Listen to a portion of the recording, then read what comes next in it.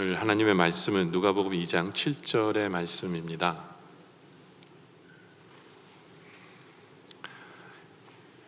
첫 아들을 낳아 강보로 싸서 구유에 누였으니 이는 영안에 있을 곳이 없음이러라. 아멘. 저희 교회는 주일 설교 본문이 우리 유년주일학교 설교 본문이랑 같은데요, 우리 유년주일학교 설교 본문이 오늘 예수님의 탄생에 대한 말씀을 전합니다.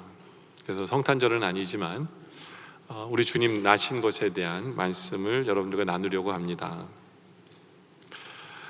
근데 여러분들 이런 거 생각해 보셨어요? 만약에 누가복음이 없었다면 예수님이 태어나신 것에 대해서 우리는 뭘 몰랐을까? 이런 걸 생각해 보셨나요?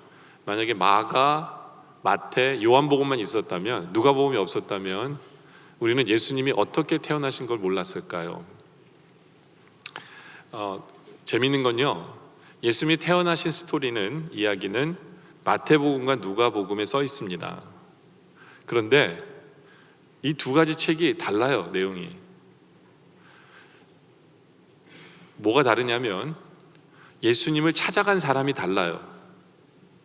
예수님을 찾아간 사람이 마태복음에서는 동방박사들이 찾아가고요, 누가복음에서는 목자들이 찾아가요. 그리고 아기 예수를 만난 장소도 달라요. 마태복음 2장 11절에 보면요, 마태복음에서는 예수님을 동방박사들이 어디서 만났다고 얘기하냐면 집에서 만났다고 얘기합니다. 집에 들어가 아기와 그의 어머니 마리아가 함께 있는 것을 보고 엎드려 아기께 경배하고 보배압을 열어 황금과 유향과 모략을 예물로 드리죠. 그렇죠? 예. 그런데 누가복음에서는, 우리가 오늘 볼 누가복음에서는 동방박사들이 나오지 않아요. 목자들이 나와요. 근데 이 목자들은 뭘 싸들고 갔다는 얘기가 없어요. 예수님께 뭘 드렸다는 얘기가 없습니다.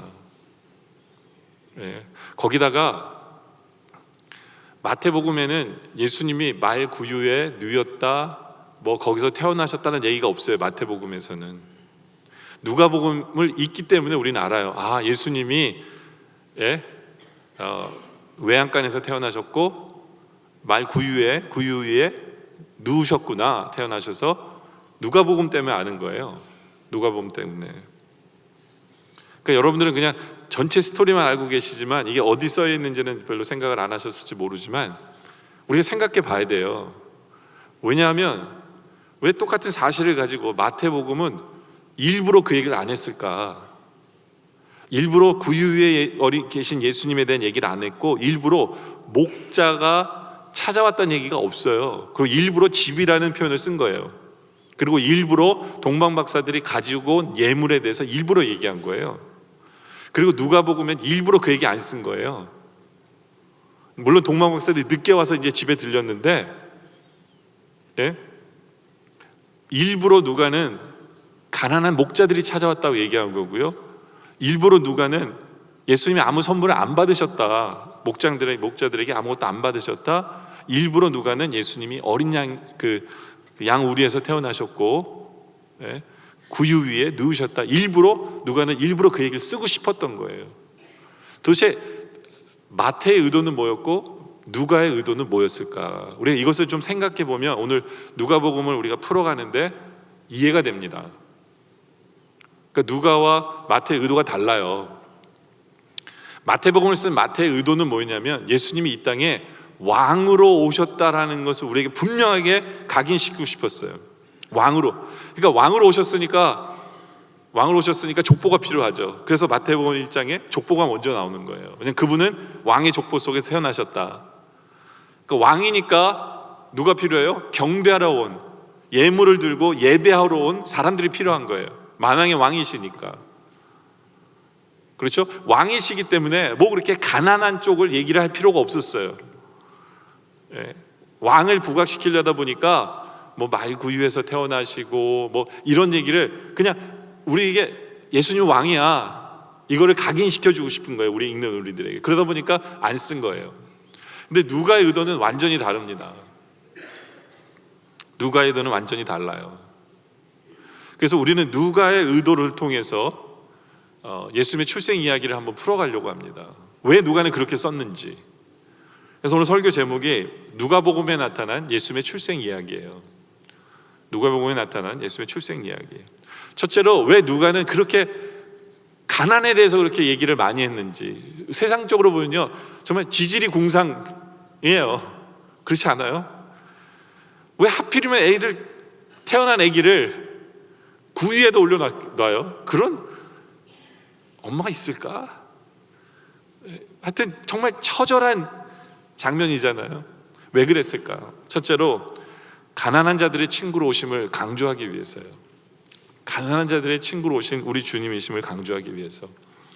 오늘 말씀 2장 7절에 보면 첫 아들을 낳아 강보로 싸서, 여러분들 이 강보가 뭔지 아세요? 강보? 이 원어로는요, 이 강보는 찢다라는 거예요. 한마디로 말하면 강보는 찢은 옷이에요. 그러니까 아기가 태어났는데 그 애를 이렇게 싸맬 이불조차 없었어요. 이불조차 없어서 어떻게 해요? 태어나자마자 옷을 찢어서 애를 싼 거예요.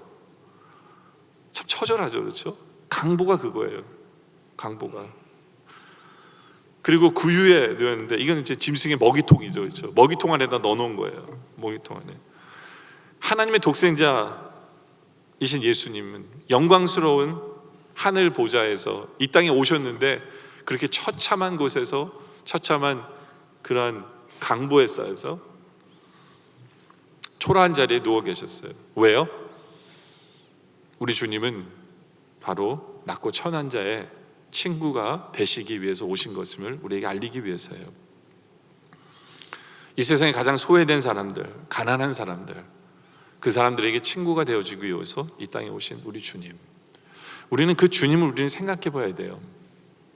미국의 어느 화려한 예배당에 한 흑인 여성이 성탄절 예배를 드려 예배당에 들어가려고 했는데 못 들어가게 합니다. 왜냐하면 그 교회는 백인 교회였어요. 그래서 그 여인이 들어갈 수 없어서 벤치에 앉아서 하나님께 기도하면서 울고 있었어요. 너무나 서글퍼서. 근데 누군가가 옆에서 어깨를 두드립니다. 예. 여인이 울면서 자초지정을 합니다. 제가 들어갈 수가 없어요. 저 주님 만나고 싶은데. 예. 그때 옆에 있는 사람이 그래요. 나도 너처럼 쫓겨났단다. 쳐다보니까 우리 예수님이셨어요. 예수님이 없는 곳에서 예배를 드리는 그들. 정말 우리 안에는 예수님이 계신가? 이 땅에 가난한 자로 오신 그 주님을 우리는 어떻게 바라보고 있는가? 고린도서 8장 9절에 보면요, 우리 주 예수 그리스도의 은혜를 너희가 알거니와 부요하신 이로써, 정말 만왕의 왕이시잖아요. 금을 만드시는 분이에요. 얼마나 부자시겠어요. 그런데 너희를 위해, 우리를 위해 가난한 자가 되어주셨어요. 우리를 위해서. 그리고 그 가난함으로 말미암아 어떻게 해요? 우리로 부욕해 하려고, 우리 영이 부욕해 하려고 우리 주님이 일부러 가난한 자가 되어서 오실 수밖에 없었다라는 거예요. 정말 우리 예수님은요, 가난한 자로 오셔서 가난하게 사셨어요. 목사 이런 얘기도 하면 안 되지만 집도 절도 없으셨어요. 예? 왜냐면 여우는 굴이 있고 공중에서도 집이 있고, 근데 인자는 머리 뚫고, 그러니까 잠자리도 없으셨어요. 항상 제대로 된 잠자리가 없었어요. 그뿐입니까? 예루살렘에 입성하실 때에도 남의 당나귀 타고 들어가셨어요. 그렇죠? 제자들이랑 마지막 유언점 만찬하는데 남의 다락 빌려서 거기서 식사하셨어요. 십자가에 매달려 죽으셨는데 무덤도 없어서 남의 무덤 대신 들어간 거예요. 남의 무덤으로. 가난하셨어요. 가난하셨어요. 여러분들, 우리가 주님의 그 가난한 모습을 보면서 우리는 너무 돈 하고 있는 건 아닌가 생각해 볼 필요 있지 않을까요? 너무 나는 물질이 있어야만 돼, 뭐 이런 개념 속에 우리가 살아가고 있는 우리의 모습을 좀 돌아볼 필요가 있지 않을까요? 우리는 힘이 필요해, 우리는 권력이 필요해, 우리는 명예가 필요해. 정말 그런 생각으로 우리가 예수님을 만날 수 있을까요?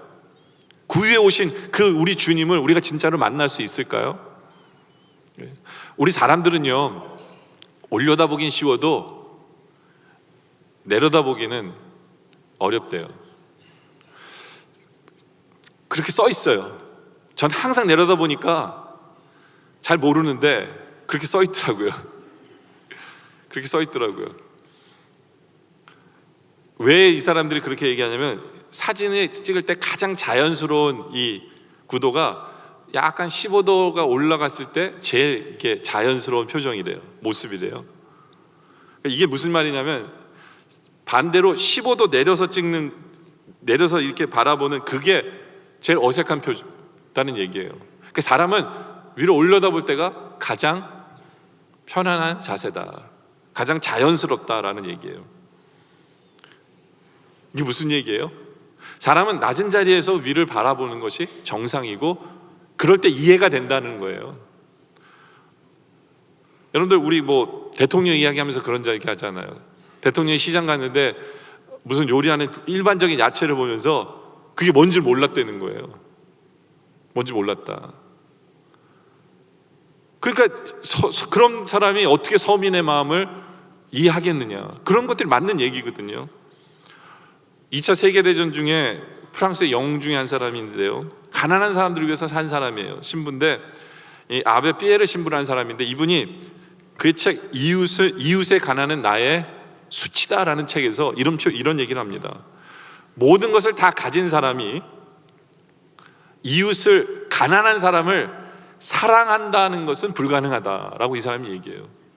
부자가 가난한 사람을 진정으로 사랑할 수 있는 건 불가능하다, 이 사람 얘기해요. 맞아요.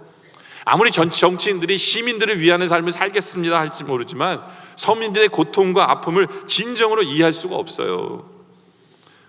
본래 사람은 위에서 아래로 내려보기가 힘든 거거든요. 여러분들, 우리 하나님은 완왕의 왕이세요. 그래서 힘 있는 왕으로 오실 수 있어요. 모슬렘들은 그들은 자기들의 그 종교를 전파할 때 한 손에 칼, 한 손에 코란에서 협박해서 늘리는 거거든요. 사람들이 쫓아가요. 그 힘과 파워와 물질에 쫓아가는 거예요. 우리 한국 사람들도 많이 모슬렘 된 이유가 돈 때문에 그렇거든요. 쫓아가요. 그렇지만 우리 하나님은 그걸 원하지 않으세요. 왜요? 우리 하나님은 우리의 마음을 원하시는 거예요. 그리고 우리 하나님은 어떤 분이신가를 우리가 배우길 원하고, 우리도 그렇게 살기를 원하고, 그 하나님을 통해서 위로받기를 원하시는 것이 우리 하나님이기 때문에 그래요. 우리 예수님은 가난하게 오셨기 때문에 우리의 모든 고통과 아픔을 다 이해하세요. 우리를 진정으로 위로해 주실 수 있는 분이 바로 그분이에요. 우리 예수님은 떡이 없어서 시험당하셨잖아요. 그렇죠? 떡이 없어서 시험당하셨어요. 우리가 물질 때문에 시험당하는 거 이해하세요, 우리 주님. 물론 예수님과 다른 점, 우리는 넘어지고 우리 예수님 넘어지지 않으셨지만 그것이 시험됨을 우리 주님은 아세요. 우리가 얼마나 힘든지 다 이해하세요. 가난하게 오셨기 때문에 우리의 진정한 위로자가 되실 수 있는 분이에요. 그렇죠?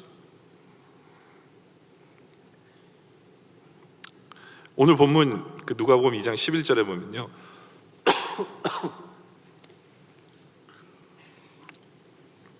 오늘 다윗의 동네에 너희를 위하여 구주가 나셨으니 곧 그리스도 주시니라. 너희가 가서 강보에 쌓여 구에 누워 있는 아기를 보리니 이것이 너에게 표적이 되리라. 천사가요, 구주가 나셨대요. 만왕의 왕이 나셨는데 증거가 뭔지 아세요? 증거가 아기가 강보에 쌓여서 구유에 누워 있는 게 증거래요. 솔직히 이 말은요, 이해하기가 힘든 말이에요. 만왕의 왕이 나셨다? 근데 그 아기가 구유에 있어. 아니, 만왕의 왕이 나셨는데 말구유에 있어? 말이 안 되는 얘기잖아요. 그런데 이것이 우리 하나님, 우리의 구주 되신 그분이 맞다라는 표징이기도 해요. 무슨 얘기냐면, 어느 엄마가 갓 태어난 아기를 구유에다 올려놓을까요? 아니, 품에 안아야지. 그 지저분하고 더러운 구유에다가 그런 사람이 어디 있겠어요? 근데 그런 아기를 볼 수 있다는 것 자체가 목자들에게 증거가 된다는 거예요. 진짜 있네, 이런 일이. 진짜 이런 일이 있네. 그러면서 생각할 거 아니에요. 도대체 왜 이렇게 만왕의 왕이, 우리의 구주 되신 주님이 태어나셨을까? 도대체 목자들이 도대체 원하시는 게 뭘까? 이런 생각을 할 거예요. 그런데 그것을 보는 것만으로도 목자들에게는 위로가 되는 거예요.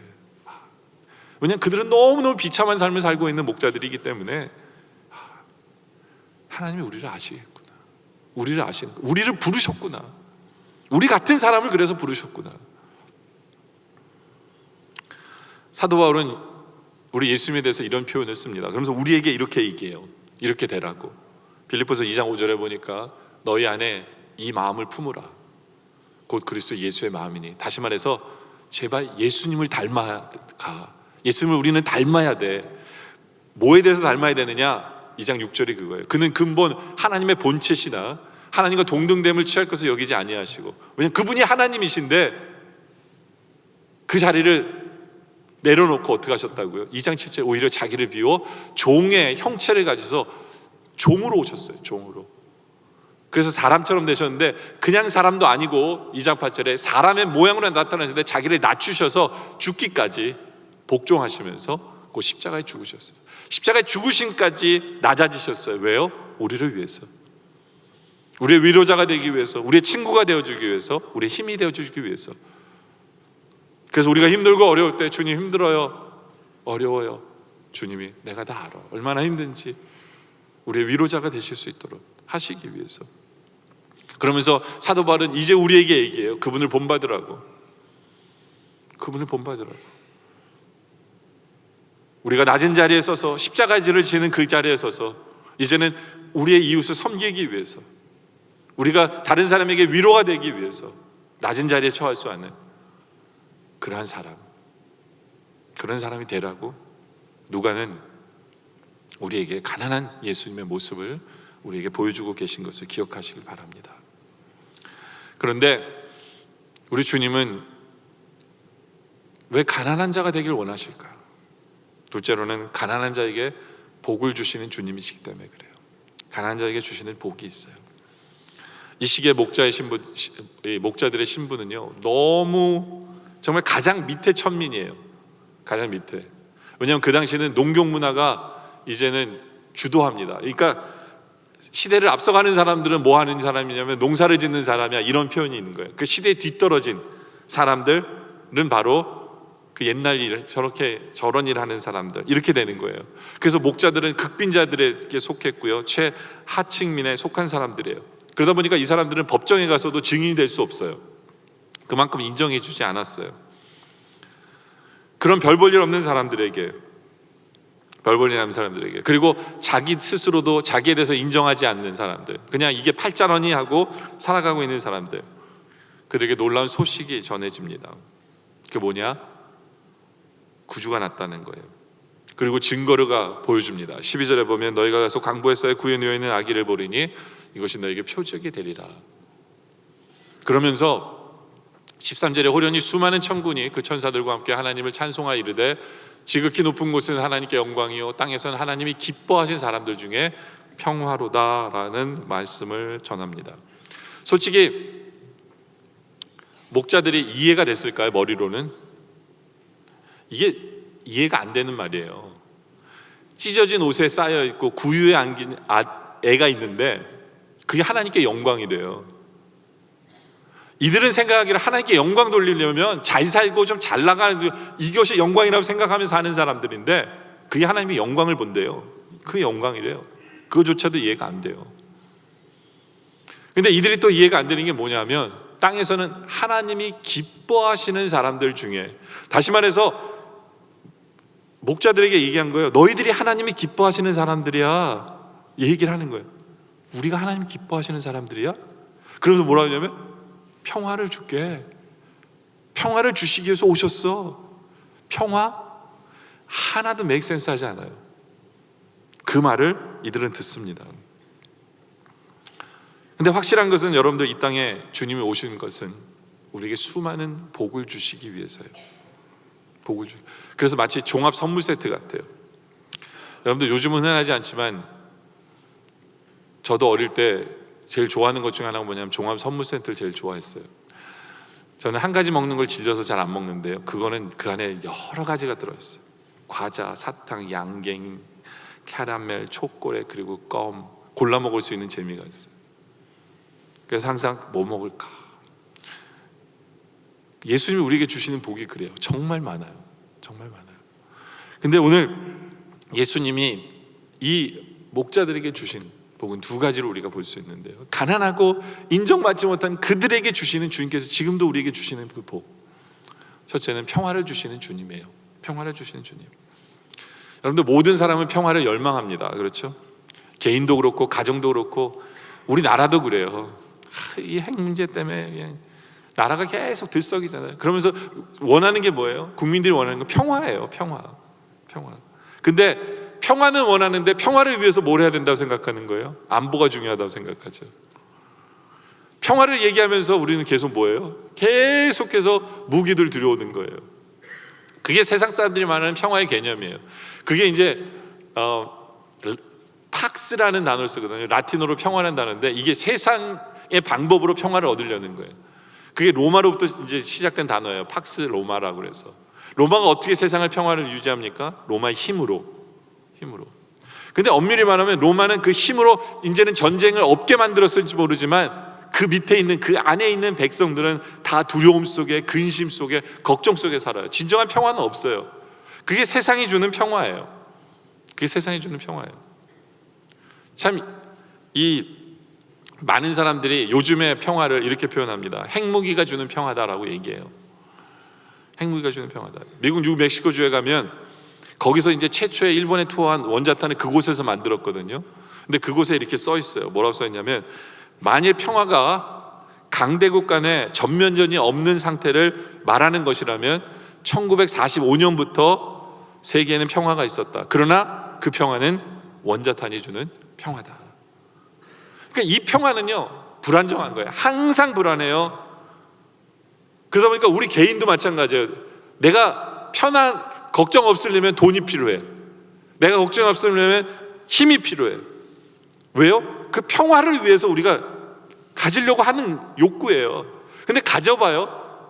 평화 같습니까? 평안합니까? 걱정 없습니까? 아니죠. 이게 세상이 주는 사이비 평화예요. 그러나 샬롬이라는 유대인들이 말하는 영적인 평화는 뭘까요? 그거는 우리 하나님이 주시는 평화예요. 여러분들, 이 평화라는 건요, 내가 뭘 해서 평화를 얻을 수 있는 게 아니에요. 평화는 하나님이 나에게 주셔야만 되는 거예요. 그래서 우리는 평화를 얻기 원하세요? 샬롬하기 원하세요? 하나님께 기도해야 돼요. 소원해야 돼요. 나에게 참 평화를 주세요라고 해야 돼요. 팍스는 외적인 평화라면 샬롬은 내적인 내 안의 평화예요. 그리고 그것을 우리 주님이 주시는 거예요. 그래서 우리 주님이 요한복음 14장 27절에 이런 말씀하죠. 평안을 너에게 끼치노니 곧 나의 평안을 너에게 주노라. 내가 너에게 주는 것은 세상이 주는 것 같지 않아요? 그러니까 우리는 세상에서 얻으려고 해도 얻을 수가 없어요. 근데 우리가 할 일은 마음에 근심하지 말고 두려워하지 말고, 그러나 주님이 주셔야 돼요. 예수님이 우리에게 주셔야 돼요. 그렇죠? 예수님이 이 땅에 오시면서 가지고 온 복 중에 하나가 평화예요. 평화. 오늘 본문에 누가복음 2장 8절에 보면 이런 말씀이 있어요. 그 지역의 목자들이 밤에 밖에서 자기 양떼를 지키더니 굉장히 평화로운 모습 같대요. 그죠? 근데요, 실제로 거기 앉아있는 목자들은 하나도 평화롭지 않았어요. 인생이 괴로웠어요. 너무너무 비참했어요. 남의 나라의 속국 속에 사는 백성이에요. 로마 밑에 속국 속에 사는, 괴로움을 당하는, 힘없는, 아무런 능력 없는, 그런 아무것도 할 수 없는, 속박, 평화가 없어요. 평화가 없는 사람들이에요. 평화가 없는 사람들에게 천사들이 와서 하는 얘기가 14절에 지극히 높은 곳에서 하나님께 영광이요 땅에서 하나님이 기뻐하시는 사람들 중에 평화로다. 우리 주님은 평화를 너에게 주시는 거야. 네. 천사가 선포합니다. 근데 어떻게 예수님이 오시면 이 평화가 이루어질 수밖에 없을까요? 그 이유는 왜 우리가 평화를 잃어버렸는가를 보면 알아요. 하나님이 아담과 하와를 만들었을 때 그들은 진정한 평화를 갖고 있었어요. 샬롬이 있었어요. 근데 그들의 죄로 말미암아 하나님과의 관계가 깨어짐으로 말미암아 평화를 잃었어요. 왜요? 여러분, 우리도 마찬가지잖아요. 우리 직장 상사와 관계가 틀어지면 그 직장에 평화가 있어요, 없어요? 있을 수가 없죠. 하나님과 관계가 틀어지면, 만왕의 왕이신 그분과 관계가 틀어지면 평화가 있을 수가 없어요. 뭐 때문에? 죄 때문에. 근데 우리 주님께서 그 죄의 문제를 해결해 주시기 때문에 우리는 평화를 얻게 되는 거예요. 그래서 그 근본적인 문제를 해결하기 위해서 오신 주님 때문에 우리는 참 평화를 누릴 수 있게 되어진다라는 거죠. 그래서 골로새서 1장 20절에 그의 십자가의 피로 화평을 이루사 그렇죠. 주님의 십자가로 말미암아 우리 죄를 사해 주심으로 말미암아 화평을 이루시는 거예요. 그래서 이 화평이 이제는 하나님과 나 사이의 화평으로 끝나는 게 아니라 만물고 땅에 있는 것들이나 하늘에 있는 것들이 그로 말미암아 자기와 화목하게 되기를 기뻐하심이라. 이제는 이것이 우리로도 연결되고요, 땅의 것들, 물건들에게도 화목으로 연결이 되어지는 거예요. 그렇죠? 근데 이 샬롬은 어떻게 이루어지는 거예요? 그분을 믿음으로 말미암아 이루어지는 거예요. 그분을 믿음으로 말미암아. 그리고 그분은 믿음으로 말미암아 우리가 평안이 누려지면 이제는 그 평안은 우리 가정이 평안하게 돼요. 나 한 사람이 평안을 알잖아요. 평화를 알잖아요. 샬롬을 알면 나로 말미암아 이제는 우리 가정이 샬롬하게 되고 교회가, 그리고 이게 점점 퍼지는 거예요. 네. 목자들도 샬롬? 평화? 근데 가봤어요. 예수를 만났어요. 만나고 난 후에 어떻게 됩니까? 2장 20절에 목자들은 자기들에게 이르던 바와 같이 듣고 본 그 모든 것을 인하여 하나님께 영광을 돌리고 찬송하며 돌아가니라. 기뻐하고 샬롬을 얻고 돌아가게 돼요. 예수를 만났기 때문에. 예수를 만났기 때문에. 그들의 환경은 바뀌지 않았어요. 이제 똑같아요. 똑같은 일을 해야 돼요. 그러나 그들에게는 샬롬이 임한 거죠. 여러분들, 우리가 예수를 믿음으로 말미암아 하나님께서 우리에게 주신 최고의 축복 중에 하나가 저는 샬롬이라고 얘기할 수 있어요. 샬롬. 수많은 간증을 할 수 있지만 하나님께서 우리 안에 주신 그 샬롬, 이해할 수 없는, 내가 어떻게 얻었는지도 몰라요. 근데 우리 안에 있어요. 예수님 때문에. 그게 얼마나 감사한지. 그래서 우리는 그런 찬송하잖아요. 내 영혼이 은총 입어 중한 재진 벗고 보니 슬픔 많은 이 세상도 천국으로 화하도다. 그렇잖아요. 정말 큰 은혜. 저는 여기 계신 모든 분들이 샬롬을 간증할 수 있는 여러분들이길 원해요. 주님께서 그것을 풍성한 샬롬을 여러분에게 심어주길 원합니다.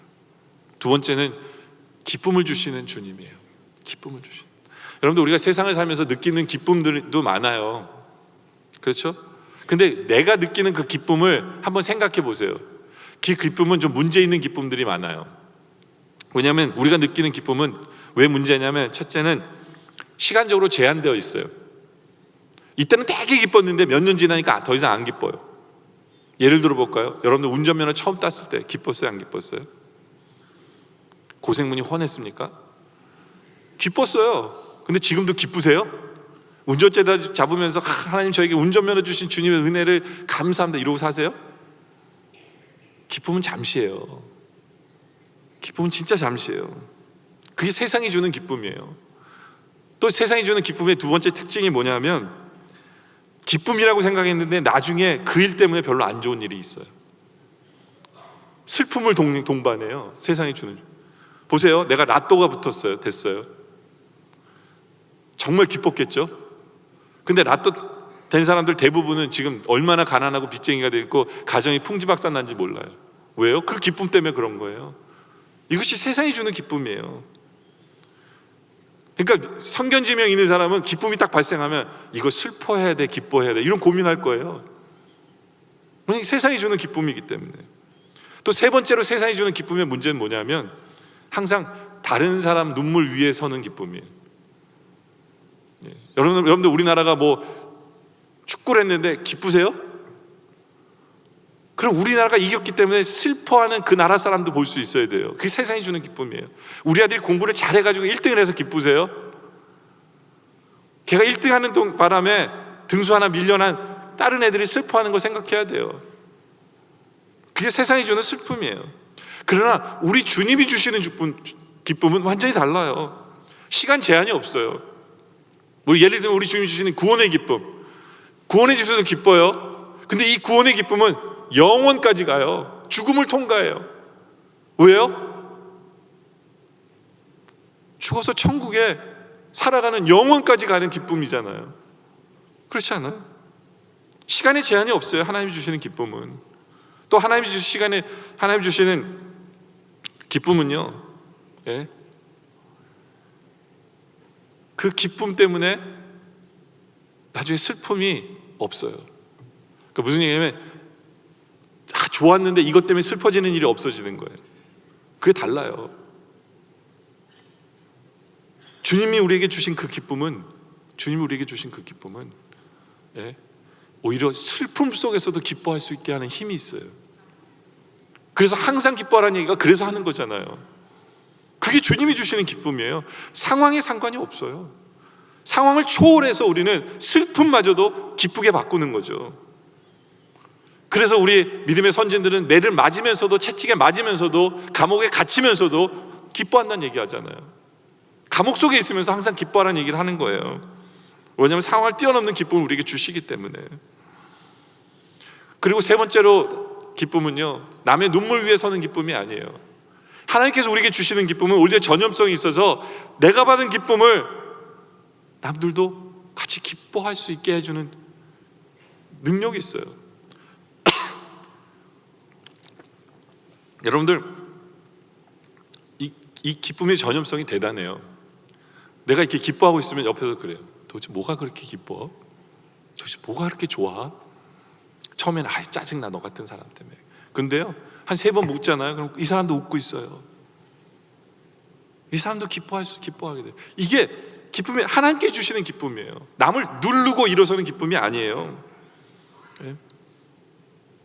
그것이 하나님이 우리에게 주시는 그 기쁨이에요. 저는 여기 계신 모든 분들이 하나님이 주시는 기쁨이 뭔지를 제대로 경험하기를 원해요. 그리고 계속해서 경험하기를 원합니다. 왜냐하면 그 기쁨을 못 주는 가장 근본적인 요소를 주님이 해결해 주셨기 때문에 그래요. 그것도 죄예요. 그 죄를 없애 주셨기 때문에 우리는 기쁨을 누릴 수밖에 없어요. 그렇죠? 우리는 그것을 기억해야 돼요. 여러분들, 그 경상도 어느 깊은 산골에 아저씨가 살고 있었어요. 도무지 일은 안 하고 술만 먹는 아저씨예요. 자식이 낳는데도 술만 먹어요. 그 자식이 결혼해가지고 손자까지 봤는데도 술 먹는 할아버지예요. 계속 술을 입에 달고 살아요. 그리고 이제는 죽음을 앞에 두고 있습니다. 이제 유언을 합니다. 유언을 해요. 유언이 이거예요. 내가 죽거들랑 내 배를 열어서 내 몸에 있는 쓸개를 끄집어내서라. 그리고 그것을 말려서 하다가 죽어버렸어요. 유언을 하다 죽어버리니까 거기까지 쫓아간 거예요. 오케이, 배를 열어서 쓸개를 빼서 말렸어요. 근데 그다음 뭘 할지 모르겠는 거예요. 그래서 그냥 말린 채로 내버려뒀어요. 근데 손자들이 그 말른 걸 이렇게 장난하다 보니까 말른 뭐가 덩어리가 있으니까 그걸 이렇게 던지고 논 거예요, 서로. 근데 던지고 놀았는데 이 쓸개가 어디에 빠져버리냐면 우물에 확 빠져버린 거예요. 그냥 애들은 잊어버리고 있었는데 그날 저녁에 며느리가 요리를 하려고 물을 폈는데 술 냄새가 진동을 하는 거예요, 그 물에서. 그래서 우물에 뭐가 있나 봤더니 그 쓸개가 있는 거예요. 그래서 이 며느리가 어떻게 했냐면 요리할 때는 쓸개를 떼버리고 맹물로 요리하고 술 팔 때마다 쓸개를 넣어서 티백처럼요 술을 만들어서 팔았대요. 그래서 부자가 돼서 잘 살았다는 얘기입니다. 정말 어이없는 말도 안 되는 얘기죠. 어떻게 쓸개를 넣었는데 술이 나와요, 그죠? 근데 여러분들, 세상 사람들이 우리가 하는 얘기를 들으면 똑같이 얘기해요. 무슨 얘기인지 아세요? 예수님을 믿었더니 내 안에 평화가 넘쳐. 그리고 내가 힘들고 어려울 때마다 주님의 십자가를 묵상하고 주님의 은혜를, 보혈을 생각하면 내 안에 기쁨이 넘쳐. 그렇지 않으세요? 그렇지 않아요? 세상 사람들은 이해 못해요. 왜냐하면 세상 사람들은 이게 내가 얻고 싶어서 내가 노력해서 되는 게 아니기 때문에 그래요. 주님이 주시는 거예요. 주님이 주시는 거예요. 그래서 우리가 주님께 소원해야 돼요. 주님, 내 안에 평화가 넘치게, 샬롬이 넘치게 채워주세요. 주님, 저는 가난합니다. 주님 없으면 못 살아요.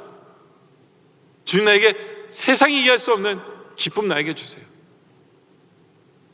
왜냐하면 주님만이 주실 수 있습니다.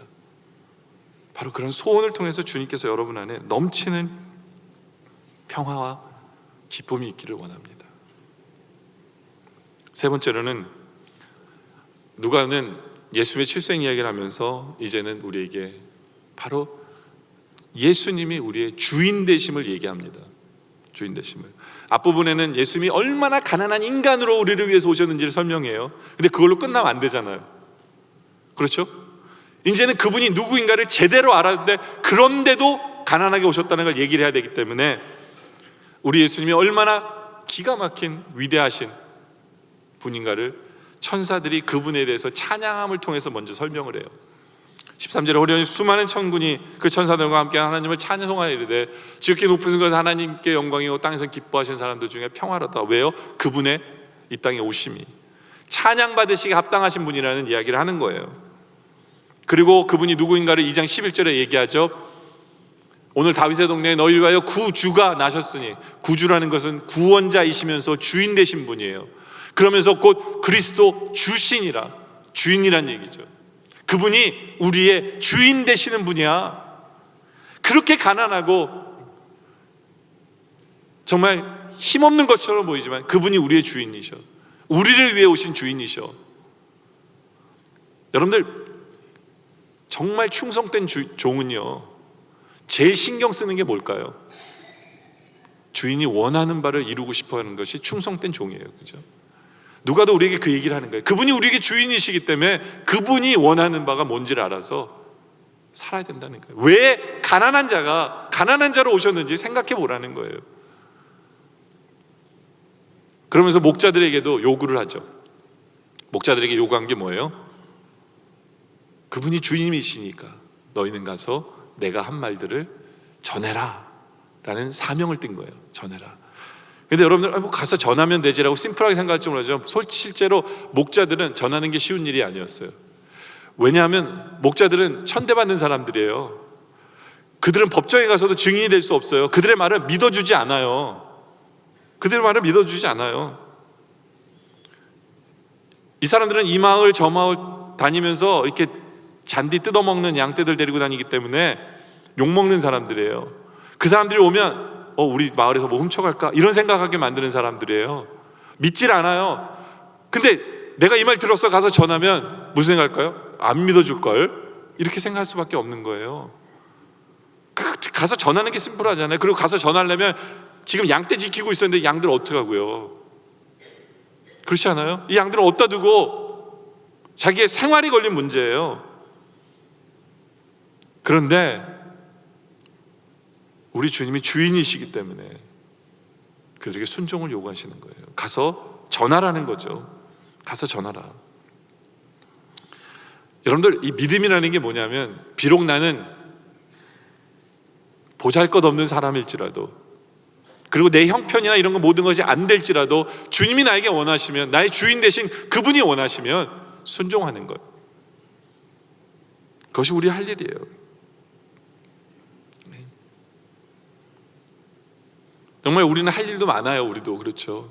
뭐 애도 돌봐야 되고 공부도 해야 되고 어떤 분들은 직장도 다녀야 되고 할 일 많아요. 그런데 우리 주님께서 우리에게 내가 이것을 너한테 원한다. 가서 해라. 그런 부분들이 우리에게 있어요. 해야 돼요. 근데 우리들은 항상 주님께 그래요. 주님 저는 못해요. 저 말고 다른 집사 시키세요. 저는요 아무것도 없어요. 시간도 없죠. 은사도 없죠. 물질도 없어요. 저기 은사 있고 시간 있고 물질 있는 저 사람 시키세요. 근데요 우리 하나님 진짜로 신기한 게 뭐냐면 꼭 나를 쓰세요. 나를 업되는데 자꾸 나보러 하래요. 그게 목자들이에요. 목자들은 정말 퀄리파이가 안 된 사람들이에요. 근데 그 사람들 보러 가래요. 그 사람들 보러 가래요. 왜요? 그들로 영화롭게 하기 위해서예요. 그들로 하나님의 영광을 돌리고 그들도 높여주기 위해서예요. 그들이 그 말씀에 순종하고 자기가 들은 것을 전함으로 말미암아 크리스마스 때마다 이 사람들 얘기가 나와요. 몇천 년에 걸쳐서 이 사람들이 얼굴도 모르는 이 사람들 얘기가 나와요. 얼마나 그 영광스러운 자리입니까? 그 한 번의 순종으로 하나님 그들을 영화롭게 해주셨어요. 그리고 하나님이 기뻐하셨어요. 여러분들, 이 믿음이라는 것은요, 충성된 종이라는 것은 주인의 마음을 읽는 거예요. 주인이 원하시는 바를 행하는 거예요. 내가 형편이나 상황이 안 될지라도 가서 전하라고 했을 때 가서 전하는 거예요. 그랬을 때 우리 안에 기쁨과 평안이 또 넘치는 거죠. 그렇죠? 바로 이것이 주인의 뜻을 이루어드리는 우리가 되어지기를 원합니다. 이제 말씀의 결론을 내리죠. 누가복음 2장 7절에 보면 첫 아들을 낳아 강보에 싸서 구유에 누였는데 이는 여관에 있을 곳이 없다. 아주 심플해요. 여관에 있을 곳이 없다라는 이 모습, 평범한 표현이지만 이 말은 그 시대상을 얘기해줘요. 그 시대상을, 얼마나 인간들이 여유가 없고 사랑이 없고 메말랐는지를 설명해 주는 거예요. 생각해 보세요. 여러분이 여관 주인인데 지금 아기가 지금 나올 것 같아요. 그 사람을 저기 구유에 가서 낳으십시오 이럴 거예요? 여러분 같았으면 어떻게 할 것 같아요? 내 방이라도 내주지 않을까요? 그게 인간의 도리 아니에요? 그렇잖아요. 근데 거기 있는 모든 여관 주인들은 돈이라도 한 번 더 벌어보려고 이 사람을 안 받아주는 거예요. 이 사람을 안 받아주는 거예요. 임신한 사람을. 이 사람이 예수님이 아니더라도 그 중에 한 사람이라도 내 방을 쓰십시오 했어야 돼요. 이거는요, 이게 어떤 걸 보냐면 그 시대 사람들이 얼마나 삭막하고 메말라 있고 사랑이 없는 현실을 나타내 주는 거예요. 여러분들, 우리의 모습은 어떠합니까? 우리의 모습은 어떠해요? 혹시 우리의 모습 속에 메말라 있는 부분이 보여지지 않으세요? 우리의 모습 속에 정말 더 많이 사랑하라 그러는데 더 많이 사랑하지 못하는 어떤 그런 상처와 아픔과 이런 게 보여지지 않으세요? 우리 아까 뭐라고 인사했죠? 우리는 모두 주님이 필요합니다. 정말 우리 주님이 필요해요. 우리의 마음이 메말라 있기 때문에 사랑하고 싶어도 사랑하지 못하는 우리이기 때문에 정말 그래서 우리 주님이 오셨고 우리는 주님이 필요합니다 해야 돼요. 네? 주님을 더 많이 더 깊이 모셔드리길 원하는 그런 모습. 왜요? 주님만이 우리 안에 참 샬롬을 주시고 주님만이 우리에게 참 기쁨을 주실 수 있기 때문에. 네. 주님, 내 안에 풍성한 샬롬과 기쁨을 허락해 주세요 라는 이 소원이 여러분에 있기를 원해요. 그래서 그 주님 주신 샬롬과 기쁨 때문에 이제 가서 전할 수 있는 주인의 마음을 기쁘게 하는 그러한 우리들이 되어지길 원합니다. 근데 그것의 시작이 뭐냐면 우리는 주님이 필요해요. 주님이 필요해요. 주님이 필요해요. 주님, 오늘도 내가 주님이 필요합니다. 이 고백을 통해 여러분의 샬롬과 기쁨이 넘치며 여러분을 통해 다른 사람이 또 샬롬과 기쁨이 넘치는 그 삶이, 여러분의 가정이 샬롬과 기쁨이 넘치는, 여러분이 속한 그곳이 샬롬과 기쁨이 넘치는 삶을 살아가는 우리 모두가 되어지시기를 주의 이름으로 축원합니다. 기도드리겠습니다.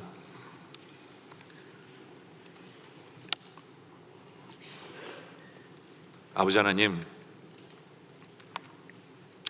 우리는 정말 주님이 필요합니다. 근데 우리의 필요를 아시고 이 땅에 오신 주님을 봅니다. 감사합니다. 더 사모하게 하여 주시옵소서. 주님께서 우리에게 주시는 참 샬롬과 참 기쁨을 사모하게 하여 주시옵소서. 주님만이 주실 수 있습니다. 세상은 이해할 수 없지만 주님만이 분명 주시는 것을 알고 있습니다. 우리 가난합니다. 우리는 메마릅니다. 주님이 필요합니다. 주님 채워주시옵소서. 그래서 주님 주신 샬롬과 기쁨으로 다른 사람에게 샬롬과 기쁨을 전하는 우리의 삶이 되어 우리 주인 되신 하나님을 기쁘시게 하는 삶을 살아가는 선교적 교인 되게 하여 주시옵소서. 지금도 우리와 동행하신 주님을 찬양하며 감사드리며 예수님의 이름으로 기도드립니다. 아멘.